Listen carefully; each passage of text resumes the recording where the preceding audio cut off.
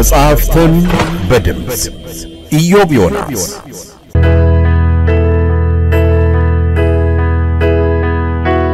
አደፍርስ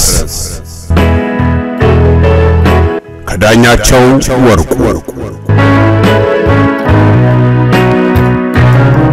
ተራኪ ኢዮብ ዮናስና መልእክቲ ኪሮስ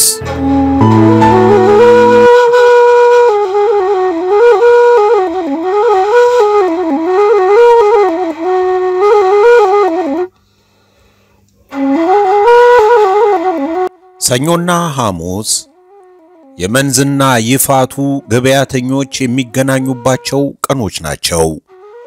ካለፍ አገደም አንዳንድ ወንጀለኞችም ሲፈረድባቸው ግርፍም ሆነ ስቅላት የሚፈጸምባቸው በእነዚሁ ቀኖች ነው።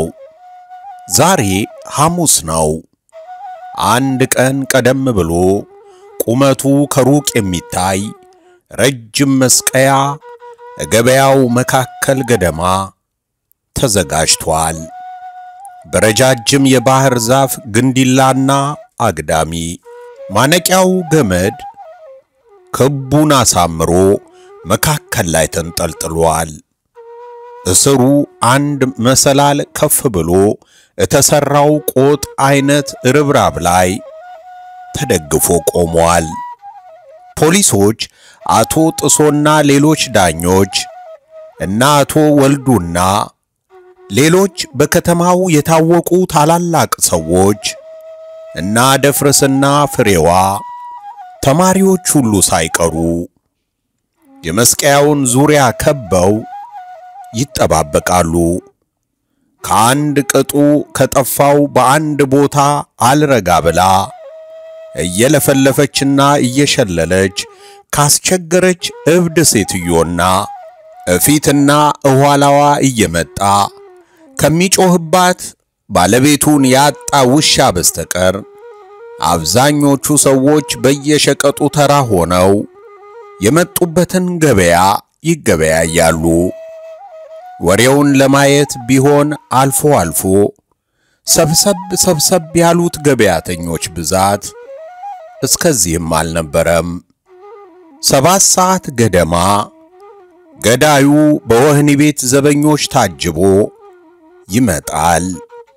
በተለይ አንዱ ዘበኛ የገዳዩ እርምጃ ቀረት ባለ ቁጥር እየገፈተረ ስለነበር አመጣጡ ኃይለሥላሴ ሙት በለቀቅ ኖሮ አንተን ደሞ ነበር የጥይት ራት የማደርግህ እያለ ሲዘት ይሰማል። ገዳዩ መስቀያውማ አጠገብ ሲደርስ ያዝ እንደማድረግ ብሎ ወደ ሕዝቡ መካከል ሊገፈትረው ሲል ሳይታሰብ ገዳዩ በኃይል ቢመነጭቀው ዘበኛው ተወርውሮ ባፍጢሙ ተደፍቶ ነበር። 7 ሰዓት ተኩል ሲሆን ገዳዩ የሰራው ወንጀል የተዘረዘረበትና በስቅላት እንዲቀጣ የተፈረደበት የፍርድ ማስፈጸሚያ ግልባጭ ተነቦ ሲያልቅ እብዲቱ ሴትዮ ሽለላዋ ጨርሶ አላቋርጥ ይላል። አውልቀው ወንድሜ አውልቀው ሱሪህን ምን ያደርግልሃል?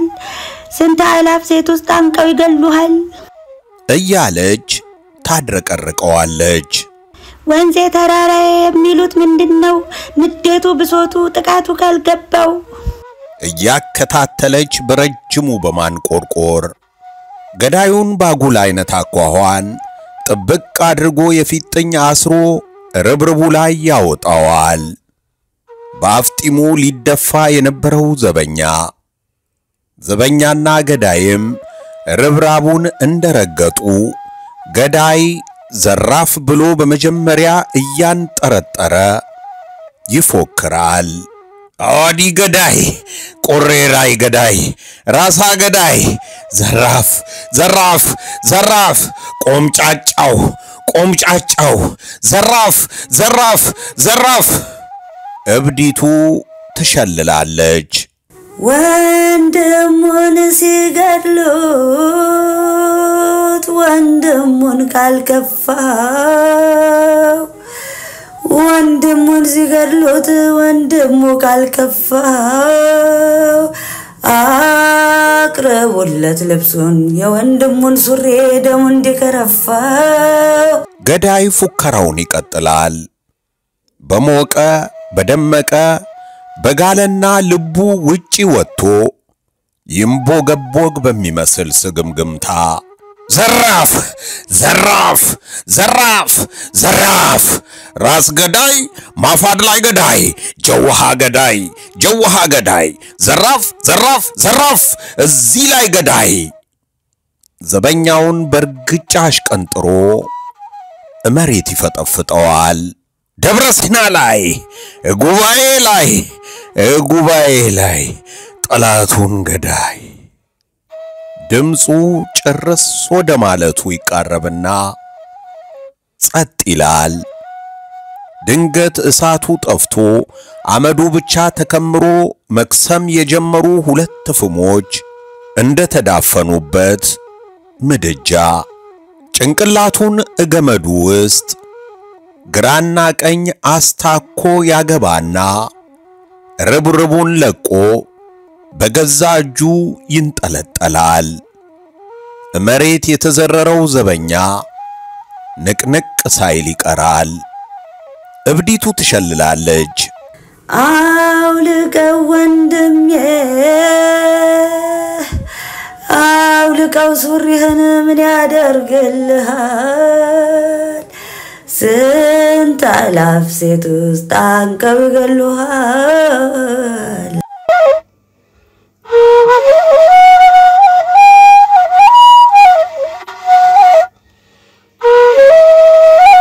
አቶ ጥሶ የብዙ ሰው ጥፋት የአንድ ሰው ወንጀል ይሆናል ያልታደለ ሰው የሚቀጣበት እያሉ ካቶ ወልዱና ከስራ ጓደኞቻቸው ጋር እያወሩ ከገበያው ወጥተው ወደ ፍርድ ቤቱ አቅጣጫ ያመራሉ። ስለዚህ ስህተት ሲደረግ ገና ለገና አያገባኝም ብሎ የሚያልፍ ሰው ራሱ ዋና ስህተተኛ ነው ማለቴ በትንሽም ነገር እንኳን ቢሆን። እኔ እኮ ደሞ በጣም የገረመኝ የሰው ግድ የለሽነት በአንድ ፍኝ ሽምብራ አንድ አንጓ አገዳ በአንድ ጭብጥ ጥጥ ለአንድ ፍምል የምትሆን ቡና ዝም ብሎ ገበያውን ብቻ ትንሽም ዘበኛውን ገፍትሮ ሲጥልና ሲገርለው አዲስ ነገር ሆኖበት ሰብሰብ አለ እንጂኮ ከመጤፍም አልቆጠረን። የሥራ ጓደኛቸው የተሰማቸውን ስሜት ይገልጻሉ። እንደዚህ ያለው ሁናቴ ለነሱ እንደሚተነፍሱት አየር ሆኗል። ጨርሶ አይሰማቸውም። ወደ ተስፋ ማድረግም ሆነ ወደ ተስፋ መቁረጥ፣ ወደ ደስታም ሆነ ወደ ሐዘን፣ ወደ ማመንም ሆነ ወደ መካድ አይገፋፋቸውም። ራሳቸውንም ሆነ አገራቸውን ዙሪያቸው በየለቱ ከሚያጋጥማቸው ድርጊት ዝባዝንኬና ዝብጥብጥ ለይተው የመገንዘብ ችሎታ የላቸውም። እኛን ነው የሚሰማን። ሌላው ቀርቶ ለብዙ ጊዜ በመደጋገም ያየነው ድርጊት እንኳን ቢሆን እንደ አዲስ ነገር ሆኖ ሳያብሰለስለንና የስሜት ሰደድ ሳያነሳብን የማያልፈው እንደዚህ እንደ ዛሬው አይነት በየጊዜው የምናየው ግዳጃችንን የምንፈጽምበት ሁኔታ እንኳን ቢሆን የብዙ ጊዜ ቅሬታ አሳድሮብን ይቆያል ያብራራሉ አቶ ጥሶ። ታዲያ እንዲህ ከሆነማ መስቀሉስ መግረፉስ ምን ይበጃል? የመንግስቱ ጥረት እኮ በአንዱ ቅጣት ሌላው እንዲማር ነው እንጂ እንግዲያማ እንደ ኢትዮጵያ ላለ 30 ሚሊዮን እንኳን ላልሞላ ህዝብ የአንድ ሰው እንኳን ሞት ቢሆን ሳይጎዳ ቀርቶ አይደለም።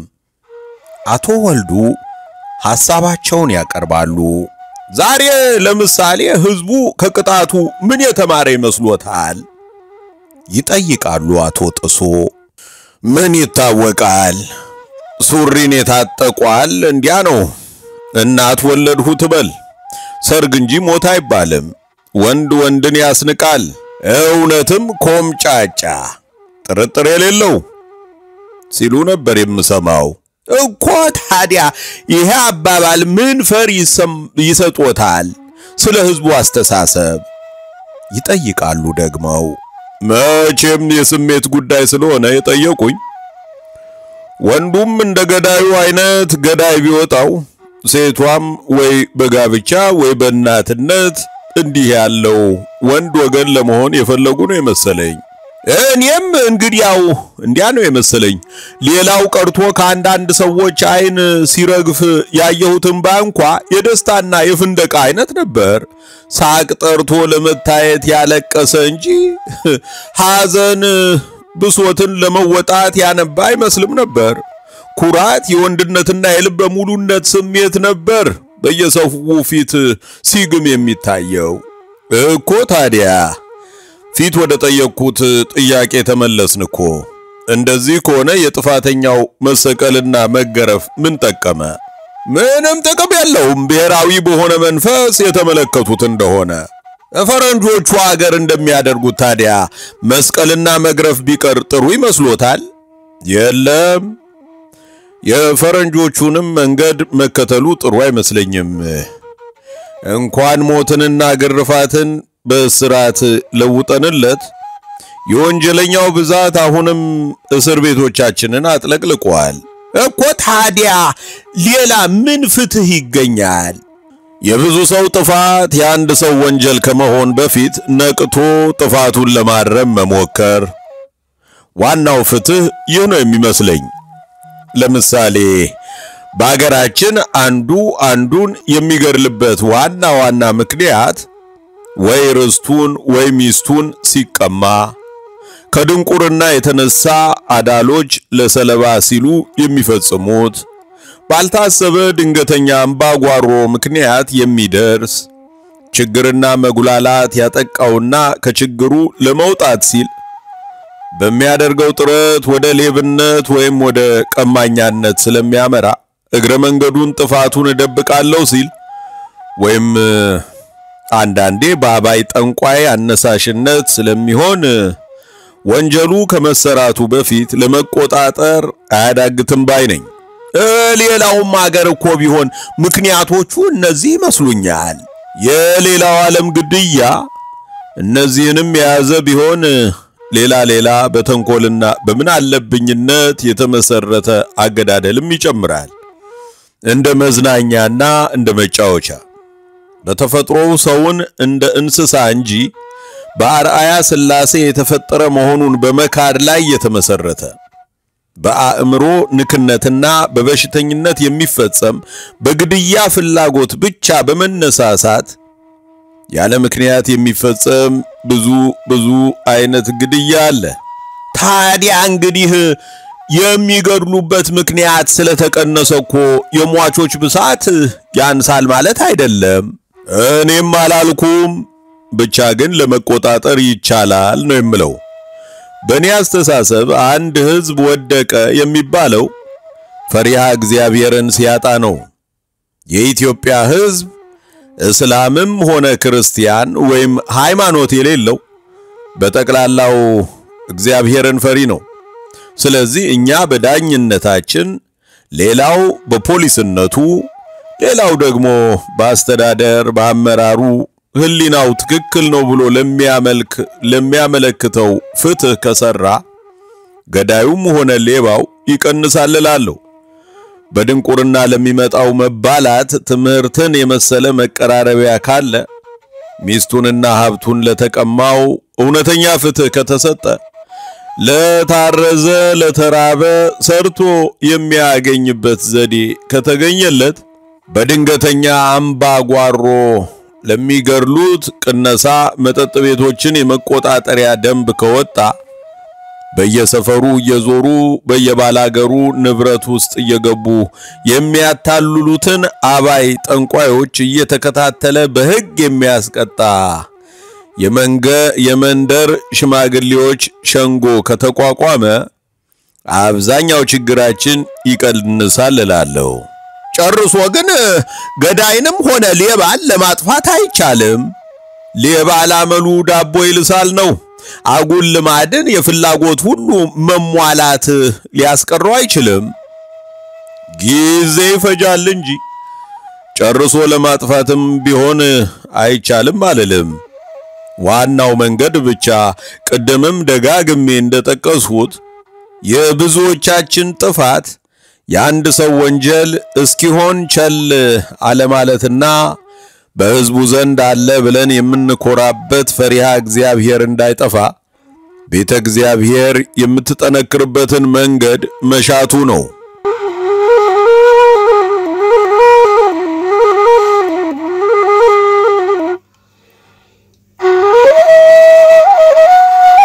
አደፍርስና ፍሬዋ ገበያው ውስጥ ሲዟዟሩ ይቆዩና አቶ ወልዱ ቤት ጎራ ብለው ጨዋታ ይዘዋል። ስለተሰቀለው ገዳይ ጨዋታውን እንደያዙ ነው እንግዲህ አይኑን ሌላ ነገር የሚጠልፍበት።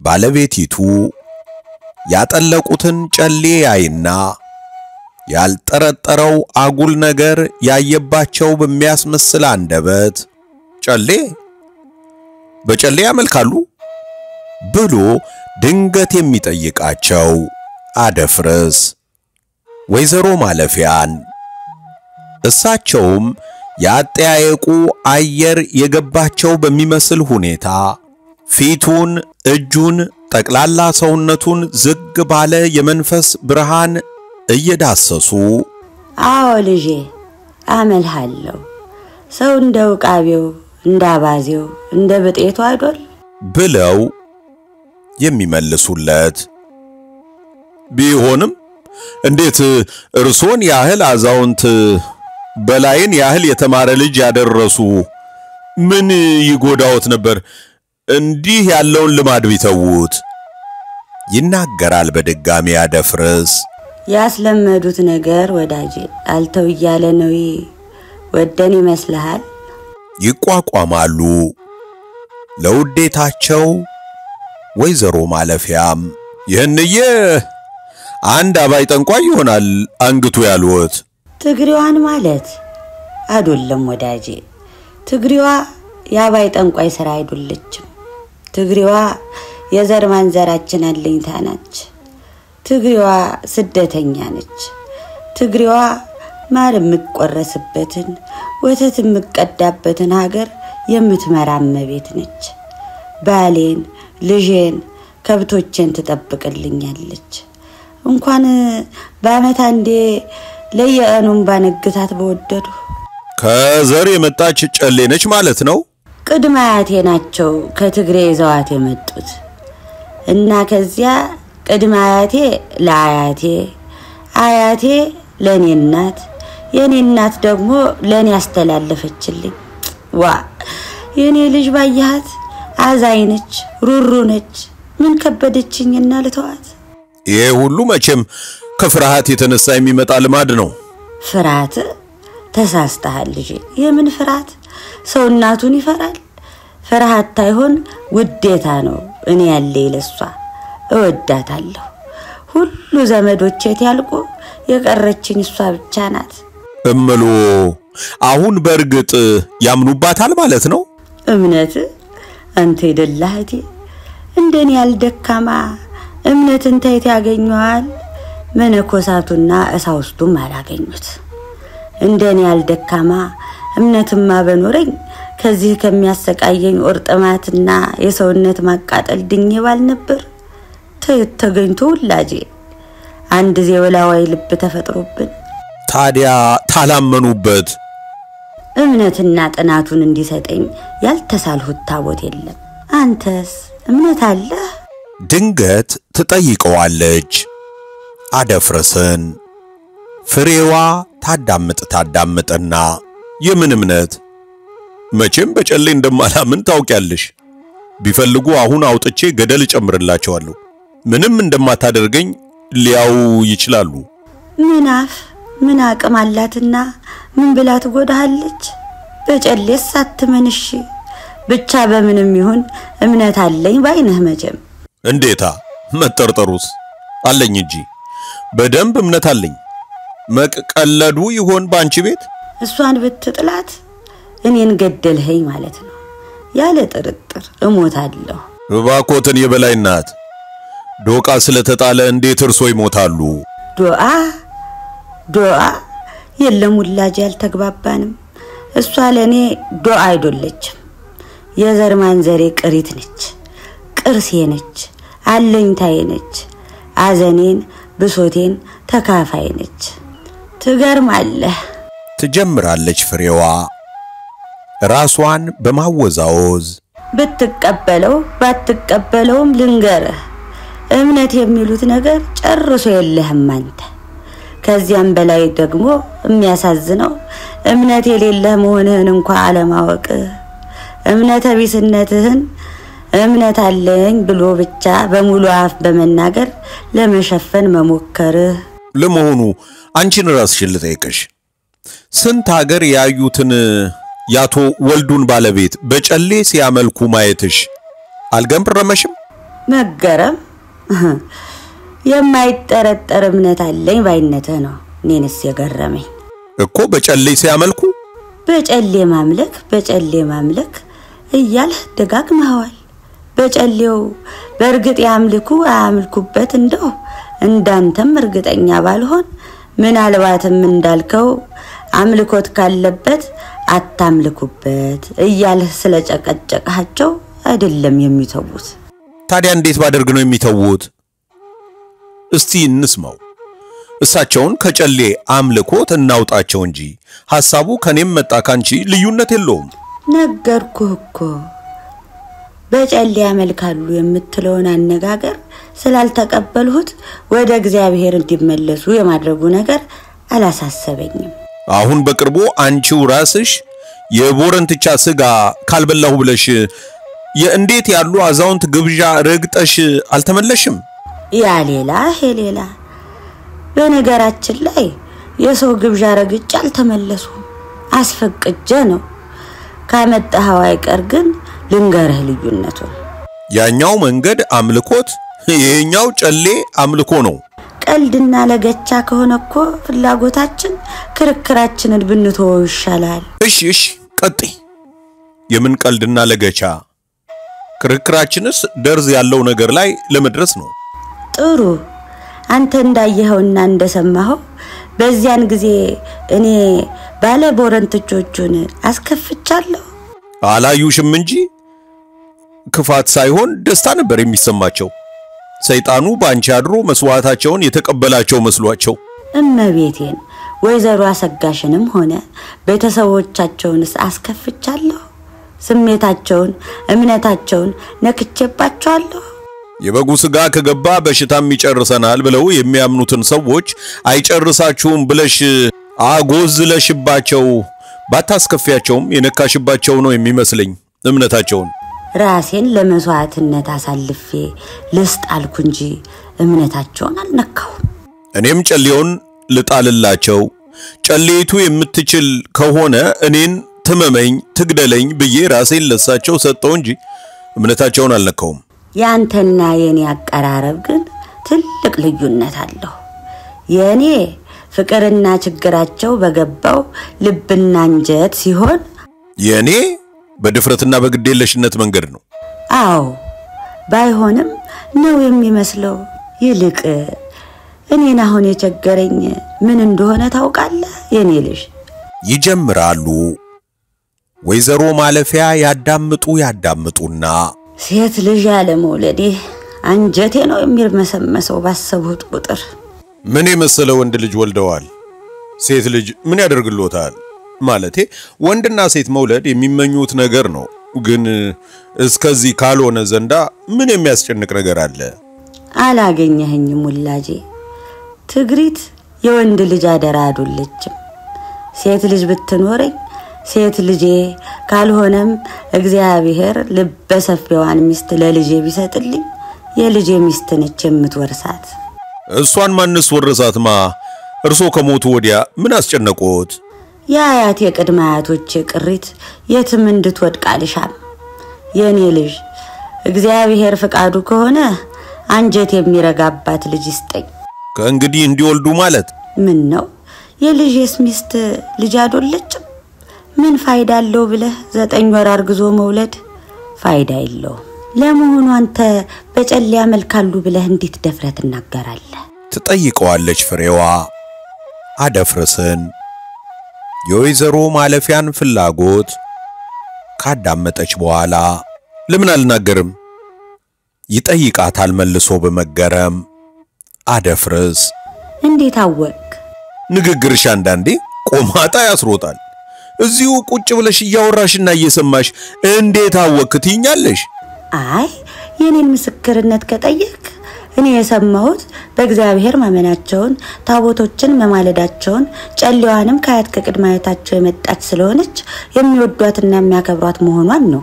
ይህ ያንቺ ነገር ማሳመር የእሳቸውን እምነት አይለውጠውም። ደግሞ ከፈለግሽ በጨሌዋ ማምለክ አለማምለካቸውን ለመረዳት መልሰሽ ልትጠይቂያቸው ትችያለሽ። እሳቸው ያሉት የገባኝ ስለመሰለኝ እኔ አልጠይቃቸው። እኔ ያልገባኝ እንግዲያው ደግሜ ልጠይቃቸው። በጨሌ ያምናሉ አያምኑም የበላይ ናት። ባፌ ሙሉ አምናለሁ አልልም፣ ድፍረት ይሆንብኛል። ሰው ስንባል በጣም ደካሞች ነን። በጣም እድም እንዳልሁት የሱ የፈጣሪ ምርጦች እንኳን ካገኙት ዓለም ነው። ምን ነው ትንሽስ ቢሆን እምነቶን በዶቃ ላይ መጣሉ? ከመስጠም ለመዳን የሚፍጨረጨር ሰው የሚጨብጠውን ነገር ውበትና አስጠሊነት አይመለከትም። መዳኑን ብቻ ነው የሚያስበው። 10 ጊዜ ዶቃ አትበል ትመልስለታለች ፍሬዋ። እና በዚህ አነጋገርሽ በርግጥ በጨሌዋ ያምኑባታል ማለት ነው።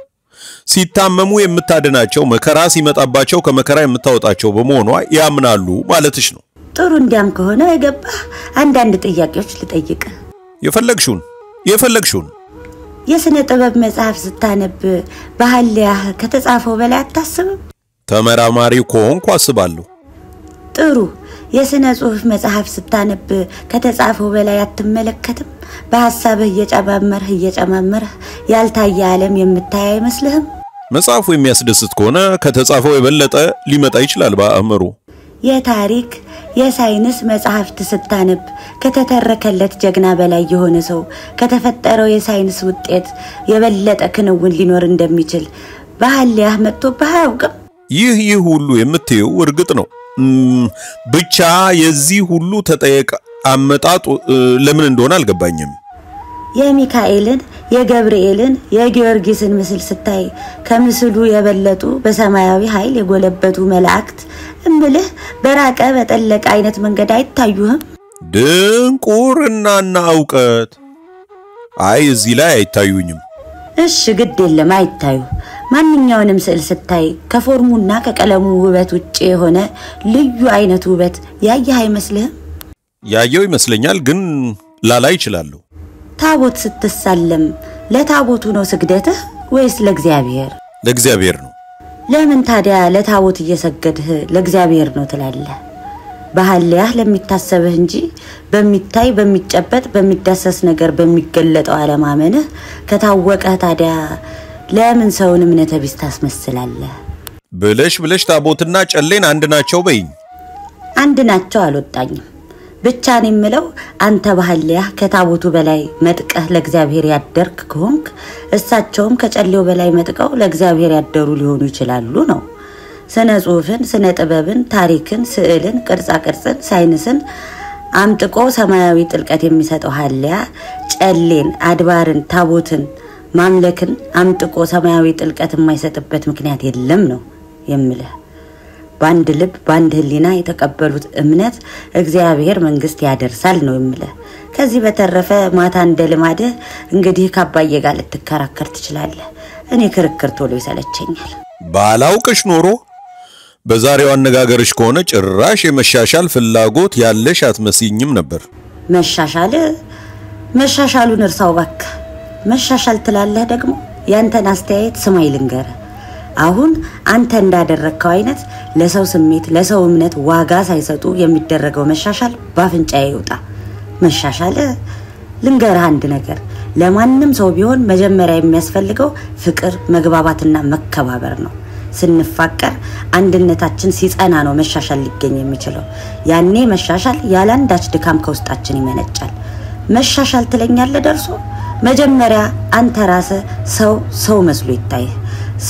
ሰው መስሎ ሲታይህና እነርሱም የታየ መሆኑን ሲረዱልህ ነው የምትለውን የሚቀበሉልህ። አለበለዚያ ግን ጥሩ ነገርህ እንኳን ይጎዳ ስለሚመስላቸው ትርፍህ ድካም ነው። የሚሰማህ አይገኝም። መሻሻል ትለኛለህ ደግሞ? መሻሻል እስከዚህ ደካማ ናት? እንደዚህ በመደባበስ ካልተጠበቀች በስተቀር የማትገኝ? ብትገኝም አንተ የቀየስከውን መንገድ ተከተል አይደለም።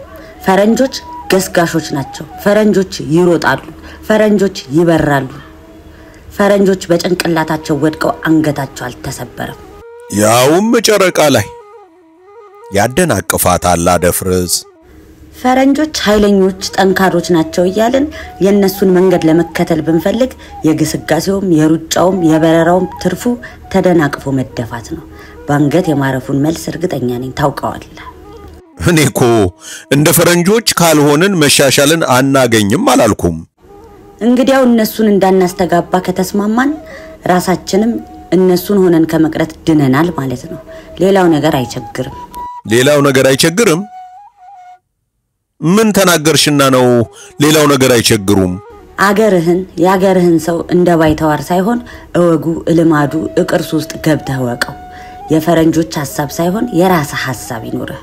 ማንኛውንም ያገርህን ችግር በራስህ አይን እየው፣ አስብበት፣ አውጠንጥነው። ጥሩን ገና ለገና ሰው በወደደው አትውደደው፣ መጥፎውንም ሰው ባጥላለው አታንጓለው። መታረም የሚገባው ነገርም ቢኖር ውስጥ ሆነ ቀስ ይያልህ ንቀለው እንጂ በንዴት አትጎድፍረው። አባየው ልዜ ቀስ ብለሽ አርሚ የሚሉ አነጋገር አለው። ጋሼ ጥሶ ደንበኛ የገደል ማሚቶ ወልዷል። ሆኖም ሲበዛ ጥሩ አይደለም እምልሽ። አንዳንዴ የራስሽም አስተያየት ቢኖርሽ አይከፋም። ያመንሁበትና ከሰውነቴ የተዋሃደው አስተያየት ሁሉ ምን ጊዜም እንደራሴ ነው። አለዚያ የራስ የሚባለው ነገር ሁሉ ዋጋ የለውም፣ ትርጉም የለውም። ወይዘሮ ማለፊያ ጆሮአቸውን ጭምር በጀቦነው ራስ ማሰሪያ የታሰረውን ራሳቸውን ምንም እንኳን በእርጅና የተነሳ አልፎ አልፎ ቢንቀጠቀጥም ደስ የሚላቸው የሚሰሙበትን ነገር በሰሙ ቁጥር በማወዛወዝ አክብሮት ርህራሄና ያለ ጭቅጭቅ የመታዘዝ ልማድ በሚታይባቸው ደብዛዛ አይኖቻቸው ትክ ብለው እየተመለከቱ ሲያዳምጧቸው ከቆዩ በኋላ ብድግ ብለው መሬት ደርሶ የሚክበሰበሰውን ቀሚሳቸውን ሰብሰብ በማድረግ መቀነታቸውን እያጠባበቁ ወደ ጓዳ ይገቡና 2 ኩባያ እርጎ ይዘው ይመጣሉ። ከንፈሩን ጠረግ በማድረግ አንዱን ኩባያ ለፍሬዋ ይሰጧታል። አጥቤ አጥኜ ነው ያስቀመጥሁት፣ ራሴ የምጠጣበት ኩባያ ነው ይሏታል። ፍሬዋን ኩባያውን አየት ስታደርግ ሲያዩ ሌላውን ኩባያ ለአደፍርስ ሲሰጡት የለም እኔ አሁን እርጎ አልጠጣም፣ ምሳዬን አያስበላኝም ይላቸዋል። ታዲያ ምሳ እየበላህ ጠጣ? ምሳ ላምጣ? የለም እቤት ይጠብቁኛል። እባክህ እኔ ልጅ ምንም አይልህ፣ ባይሆን ቀመስ አድርገህ ተወው። ቆራስማ አትወድ ይሆን? የለም ለሱ ብዬ ሳይሆን በሌላ ጊዜ ይሻላል። የምን በሌላ ጊዜ? በሌላ ጊዜ ደግሞ ሌላ ይገኛል። ምንም አይልህ፣ ግድ የለህም። ይቅርብኝ፣ ቢቀርብኝ ይሻላል እና እንዲያውም ልሂድ መሰለኝ። ደህና ዋሉልኝ። ደህና ዋልልኛ። ከደህና ምሳህ ለምን ላሰናክልህ? እውነትህን ነው። ወደ ፍሬዋ ጠጋ ብለው እጇን ያዝ በማድረግ የኔስ ልጅ አልጣፈጠሽም ቢሆን በርበሬ መሳይ ላድርግልሽ? ምንም አያስፈልገውም ማዬ፣ እንዲሁ ብቻውን ሆኖ በጣም ነው የሚጣፍጠው። ወደድሽልኝ? እንኳን የወደድሽልኝ። እንደገና ወደ ጓዳ ይገቡና የእርጎውን ማሰሮ ይዘው ይመለሳሉ። ለአንድዬ ምን ይሳነዋል? አንድዬ ያውቃል። እንግዲህ እንዳንቺ ልበ ሰፊዋን ቢሰጠኝ ምን ይሳነዋል? አንድዬ ያውቃል።